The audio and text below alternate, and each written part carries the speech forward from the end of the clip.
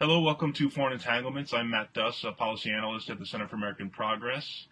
With me today is Michael Hanna. He's a senior fellow at the Century Foundation, an analyst of the Middle East who's been doing a lot of excellent work on Egypt over the past several years. Mike, thanks for being with me today. Thanks for having me. So we saw this morning the ongoing saga of the coup in Egypt, and violent. The Egyptian government swept in to break up the protest camps of the supporters of the Muslim Brotherhood last week. We saw the arrest of the Badia, the spiritual advisor of the Muslim Brotherhood today. Just go ahead and set up where we are right now for our viewers. Well, obviously, we saw very serious repression, I think on a scale that is almost unprecedented. Last Wednesday, when the sit-ins were violently dispersed. And, of course, that sets up all of the events since then. We had seen many Muslim Brotherhood senior leaders brought in and detained. That has continued. You mentioned the Murshid, the supreme guide, Muhammad Badia, who was arrested yesterday, and whose arrest was shown on various journalistic outlets, including television, and it's part and parcel of a whole move, really, I think, to end the political existence of the Muslim Brotherhood as a functional entity.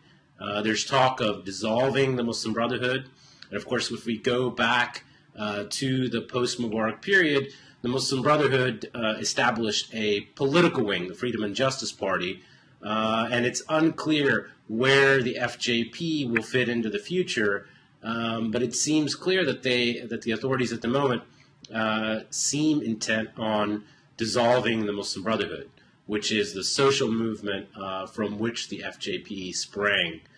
Obviously, yeah, go ahead.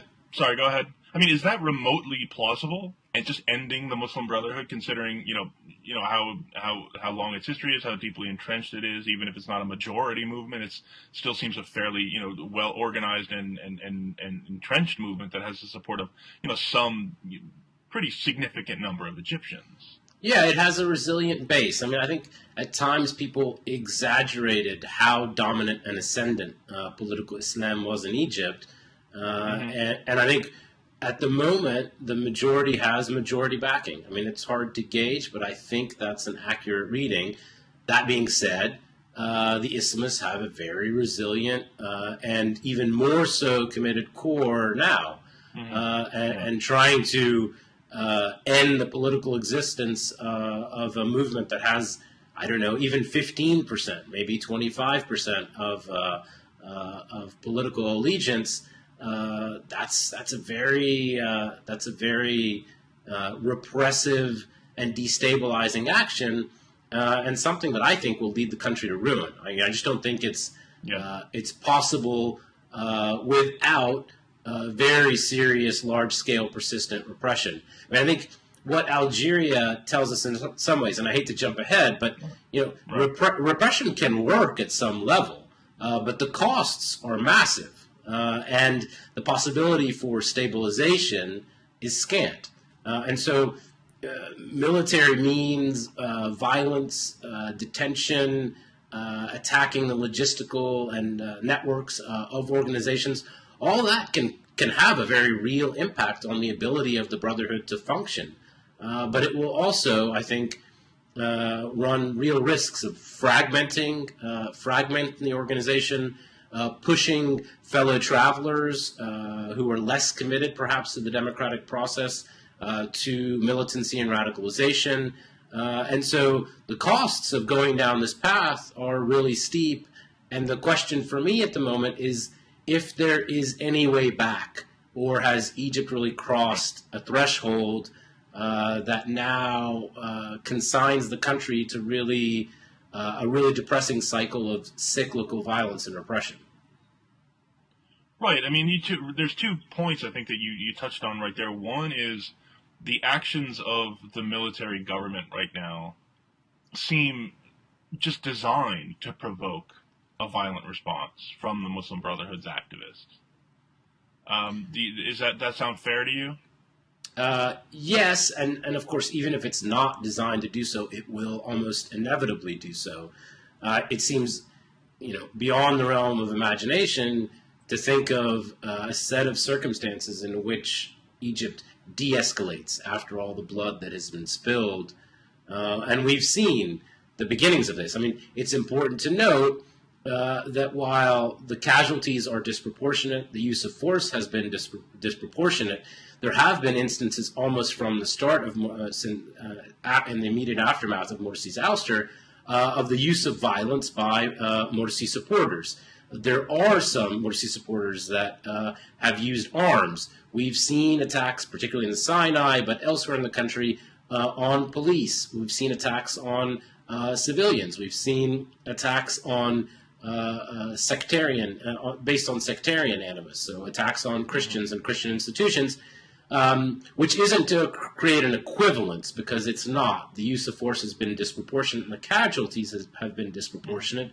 But of course, the production of violence has been a joint enterprise in the past weeks, and that's likely to escalate. And I think your point is well taken, that the response will be violence on the part of some. And it doesn't take a majority response for that to be an utter disaster for the country. It doesn't take that many militants. It doesn't take that many radicalized individuals to have a really serious impact on national stability. And I think it would be surprising if we don't see assassinations, if we don't see suicide attacks, if we don't see insurgent attempts on police targets, say hit-and-run tactics. That's a pretty grim picture of what the coming weeks and months might hold. Right. Yesterday we saw, I think it was yesterday or the day before, but it was reported yesterday, the killing of, I think it was about 24 Egyptian security officers in the Sinai. So who has anyone claimed credit for that, or who is being blamed for that? Yeah, I mean, the Sinai violence has always been something of a mystery. Who are these people? What are they doing? What is their connection to the political events and turmoil in Cairo and the rest of the country? And we don't have clear answers yet, and I don't know that we will. Sinai has had a problem with militancy for many years. The Taba bombing in 2004 took many lives, and the very heavy-handed security crackdown by the Mubarak regime didn't help the problem at all, and in fact, it probably had an impact in sort of metastasizing it. So these dynamics of local grievance, militancy and radicalization, heavy-handed repression, this has been a cycle in Sinai for many years. The situation has gotten worse post-Mubarak because there has been a general deterioration in security conditions in the country. Something of a security vacuum has opened up, and these groups have escalated their fight against the Egyptian state, and that has accelerated since the ouster of Morsi. What's their connection to political events? I mean, many of these groups looked askance at Morsi and were not necessarily Muslim Brotherhood supporters, but it looks like this is a moment of opportunity, of increased anger and tumult, and some of these groups are taking advantage of that fact to settle scores with the state and to push the envelope for militancy in Sinai. And the question then also becomes whether some of these groups will choose to export their actions from Sinai to the rest of Egypt, or if other groups are going to try to mimic these kinds of this kind of approach to violence elsewhere in the country. So looking at we've seen a number of journalists on the right over the past couple of days. Michael Rubin, a commentary, writing what I think was just a mind-bogglingly bad piece, defending the crackdown on the Muslim Brotherhood, and then basically exhorting the military to go for it, and calling on the U.S. to just support the crackdown. Bret Stephens, with an only slightly less bloodthirsty piece in the Wall Street Journal today, saying that this is just the best option to support the military to deal with this problem quickly. With a great bit of the old style Orientalism there, saying this is the sort of government that the Egyptians understand, is one that is just based, on violence and strength. What's your reaction to that? I mean, as a policy, it's interesting to me that, after a lot of these people have attacked the Obama administration for being too realist and engaging in a sort of realpolitik over the past several years, I mean, this is the hardest core realpolitik that you could ask for. Right. Of course, any realpolitik is based on an assessment of stability and protection of interests above all. And that's where this policy fails, frankly. I mean, it in many ways, it just doesn't understand how the region and how Egypt specifically has changed. Repressive stability is no longer stabilizing. That old formula that worked for many years under the Mubarak regime. I mean, you could say in many ways that U.S. policy in Egypt, while it had many detrimental aspects, it worked in the sense of preserving a fairly stable regime that was willing to deal on American regional security priorities. It's harder to make that case going forward because that old formula no longer is tenable. And this course of action, I think, almost undoubtedly is going to destabilize the country. So, on the very first checklist of being a realist, I think this fails. So even if morality and the question of ideals and democratization is something that is not of interest to some of these folks, I think the fundamental threshold question has to be stability, and that's where this policy will fail. Right. Yeah, I agree. I mean, and what is really interesting to me about, and there's been a really interesting schism that we've seen over the course of the Arab awakening since they began in late 2010, but in the neoconservative camp, almost all of whom supported what we could call the Bush freedom agenda. But in the wake of Egypt and now, and then Tunisia, you had a split, and it's really exacerbated now over Egypt among those who are calling, and I think you can see it in, between just Bill Kristol and Robert Kagan. Kagan, who to his credit, has, I think, stayed true to his support for democracy and said we cannot support this kind of violence. We have to suspend or withdraw aid to Egypt, whether you agree or disagree with that as an effective policy. Whereas Kristol has, who touted democracy promotion in supporting, Bush's various wars, has now kind of shown his true colors and said, well, whatever, we need to support the Egyptian military now.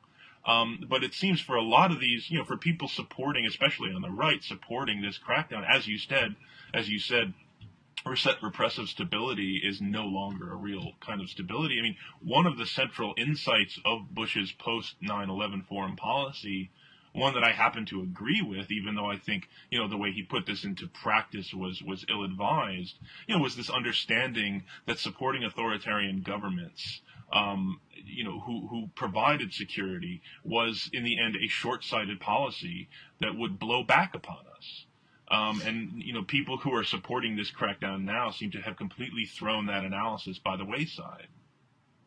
Yeah, no, I think that's right. I mean, I think in the end, what it means is some neoconservatives actually believe this stuff, and we've seen that clarified in terms of who has been in support first of the uprising against Mubarak, and who's really embodied these ideas. For some of these thinkers, it was a propaganda point. It was a cheap.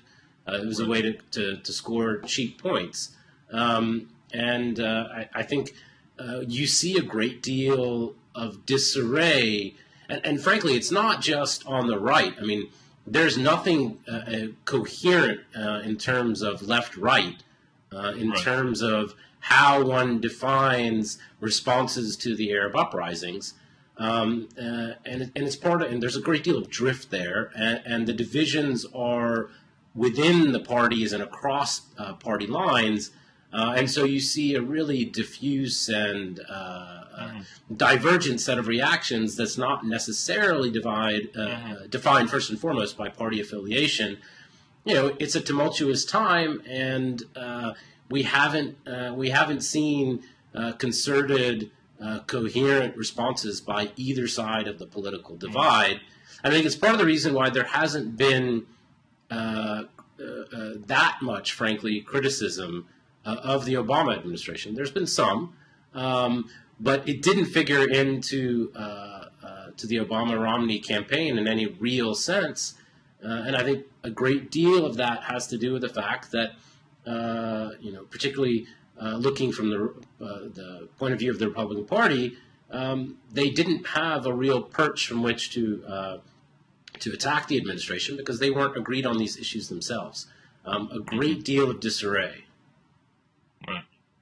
So looking forward now, I mean, everyone's looking for the right set of policy prescriptions right now. Do you think suspending aid is the right move here? I think there are pretty persuasive arguments on both sides of this issue. I think even if one, and I think I would rather see a series of escalatory steps that might lead up to a suspension, as opposed to an immediate suspension of aid. But I think the window in which that position can be justified is very finite, and it's sort of the time period. Yes, I mean I don't think this can be an open-ended policy. I think first and foremost, the decisions we make about American assistance, which is primarily militarily driven in terms of what goes to the Egyptians, is not going to change the decision-making of the Egyptian authorities. And so at root, this is a question of associational costs. Can we bear the association by dint of our engagement in an aid relationship with this regime? And this has always been the case. That relationship essentially signals acquiescence. And so that's the fundamental question here. This isn't a question of exercising leverage. I think it's become clear to everybody who, from the inside and the outside, that leverage is not going to change the fundamental perception of interest on the part of the Egyptian authorities. They view this differently, and what we have tried to push forward, an alternate reading, not just of what we would like to see happen, but a sort of theory of the case, whether this can be successful. That theory of the case is not shared by our Egyptian interlocutors, who clearly see this as a moment of opportunity and believe that they can carry out this repression to a successful end. So again, for us and for the Obama administration, the question is not whether they can, I think, in the end, push policy in a different direction on the Egyptian side. I think we need to try, and it might take the form of a multilateral diplomatic push, but this is kind of a last resort. And if any of these escalatory steps, whether it be with respect to Apache helicopters that are soon due, whether it's spare parts, whether it's export licensing with respect to Egypt, if none of these things have any traction, and I think they will not, then I think that the moment of truth comes very soon. It has to come soon as to whether this is a sustainable bilateral relationship in its current configuration. So one of the concerns I've seen voiced about with suspending or ending aid, although the latter seems to me to be completely out of the question. I see no scenario in which we'd simply cut off aid to Egypt. Sure. I agree. is the idea that Russia would step in and start to gain influence with Egypt. Do you think that's realistic? I don't. Not on any kind of. I mean, it would take years and years. This is, this military is one that is predominantly supplied by the United States, is reliant on spare parts and training. It's not something you can flip a switch on overnight. And I've talked to people within the security establishment in Egypt who have confided that this is a very difficult prospect. I mean, it's not an easy thing that the day that aid is suspended, that Egypt runs to the Russians and somehow replaces the military-to-military relationship they have with the United States. I don't think it's a particularly feasible option. I think it would be quite difficult for the military on a training level, and just on something like spare parts. That's difficult to cope with, particularly in the short term. So, looking broadly at the region, the impact of what's happening in Egypt.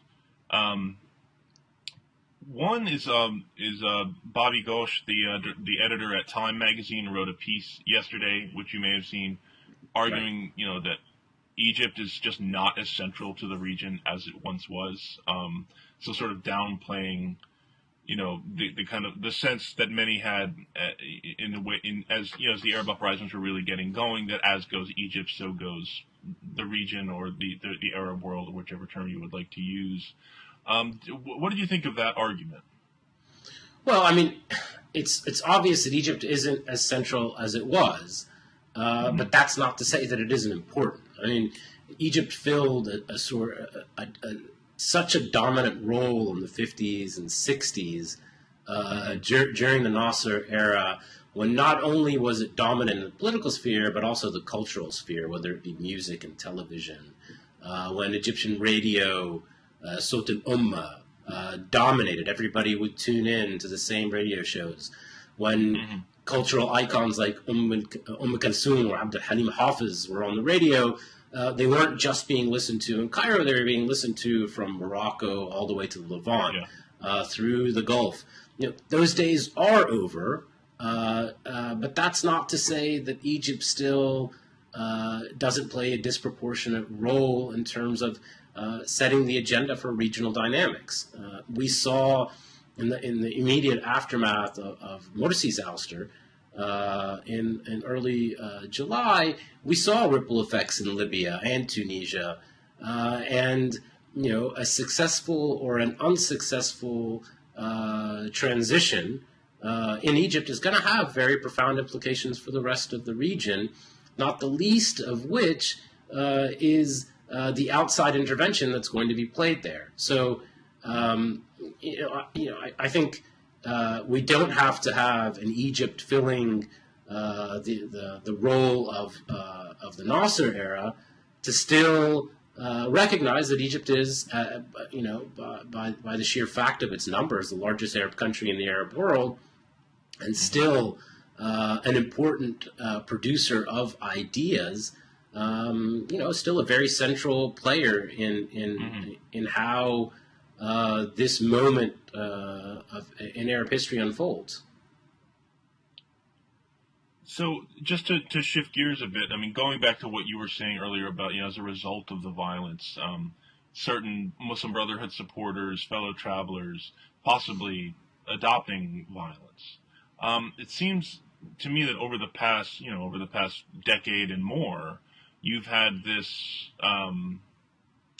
debate essentially amongst Islamists over the utility of violence versus the utility of democratic participation, with al-Qaeda and other very hardline extremist violent groups saying this is all a sham, democracy, it's a waste of time, violence is a tool you need to use, and Muslim Brotherhood and other groups around them, you can call them the more moderate, pro-democracy, even if they saw democracy as a tool simply for taking power.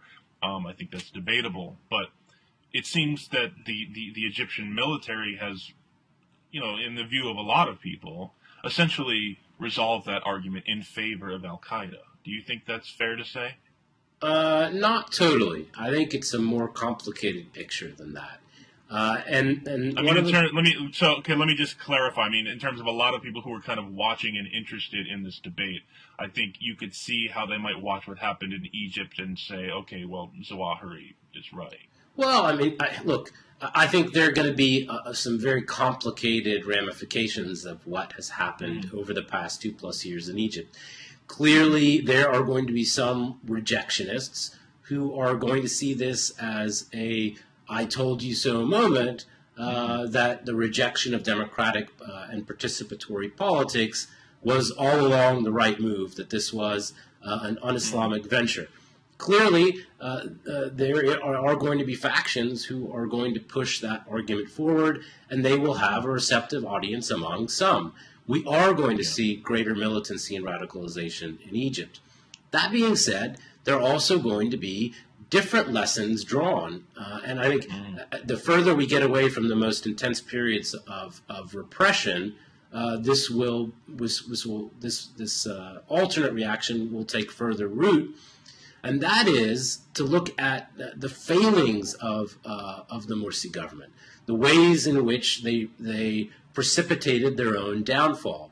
If you look at the reaction of the Nahda government in Tunisia, the immediate reaction was, yes, this is a coup, it's a disaster, we disapprove and condemn, but oh, by the way, just for the record, we're not the Muslim Brotherhood, and we're not going to make those same mistakes. We believe in consensus politics, we recognize that transition is a different era and moment in a country's history, and look at how we are trying to share power and work through our political conflicts without resorting to zero-sum approaches to political struggles. And I think that lesson is going to have purchase among some. It will even have purchase eventually with some Muslim brothers once we get further away from, again, the most intense periods of oppression.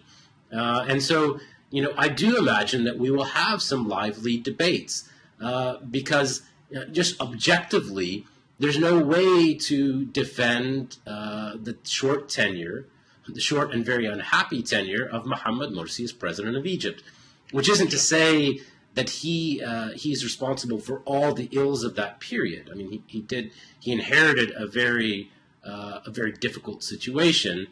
There's also no way to look at that period and think that the Muslim Brotherhood handled their period in power in any kind of effective way. And so I think there are going to be some complex and widely divergent lessons drawn from the failure of the Muslim Brotherhood and the ouster of the Muslim Brotherhood by the Egyptian military. So, is there any way that U.S. policy could enhance or encourage that latter debate that you described, or is the best we can really do is no harm here? Well, I mean, I think that debate's going to happen regardless. I think we've often inflated our role in terms of domestic debates within the Arab world and sort of intra-regional debates. They happen separate and apart from us, and this is a case in point. I mean, which isn't to say, again, that the United States isn't an influential player in the region. The United States does remain the most influential outside player, but there's a great deal of ferment in the region, both intellectually and politically, and that's going to continue regardless of American positions. And I think this is a case in point. These are lessons that are going to be drawn by various regional players. There's just no way around it. These are live issues that are playing out on the ground in various countries, and it's important to recognize the ways in which this is a regional moment. Obviously, things are happening on a sort of country-specific basis and for country-specific reasons. But it's also happening at a time when there is a sort of revitalized regional consciousness, when people are looking at political developments next door and in other countries. There's really no way to understand the past 2+ years without looking at that that broader regional perspective when you see something like a cascade effect happening. There's no way to see all of these things as independent happenings. They are linked in various ways. And so these debates are going to play out. And I think it's a mistake to think that the Arab uprisings are over, which isn't to say they're headed for happy endings or any kind of uniform endings. But that sort of intellectual and political ferment, that kind of instability, which I think it is likely to play out in terms of uprisings and insurrections, I don't think it's over. It's not behind us yet. Yeah. So one last thing before we finish is where do you think Iran, the events of the last few weeks, how do you think they've impacted Iran's thinking about the region? Because I think I was convinced that in the early days of the Arab awakening, this was something that even though people made the point that Iran benefits from chaos and it's very good for exploiting chaos, in general, my view was that the success of Arab Islamist parties was in Egypt and elsewhere was not trending in Iran's favor. Do you think that has changed now in the wake of the coup, or what do you think? What do you think is going on now? Not particularly. Maybe it provides a slight opening. If we think about the way that Iran exercised soft power in the region, it was based on this massive gap between dictatorial, authoritarian regimes and their citizenry. And this was the space in which Iran could play, could insert itself and point out the hypocrisy of the ruling regimes, the fact that their foreign policies and their regional policies didn't reflect those of the populace writ large, and that shrunk. And so while you had perhaps less combative regimes, less combative successor governments, that space for Iran to play shrunk a great deal.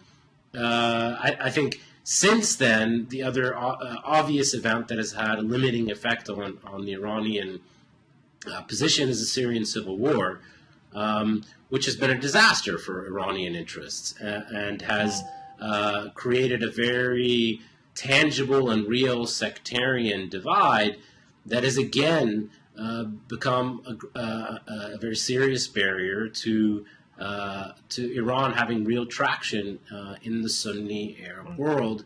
And so these hurdles still remain. I'm sure that they will try to use this latest turmoil following Morsi's ouster as an opportunity to reinsert themselves into Arab politics. But honestly, I think the barriers are far too high to imagine any kind of near-term turnaround. They're just not a central player in what is happening in Egypt and elsewhere.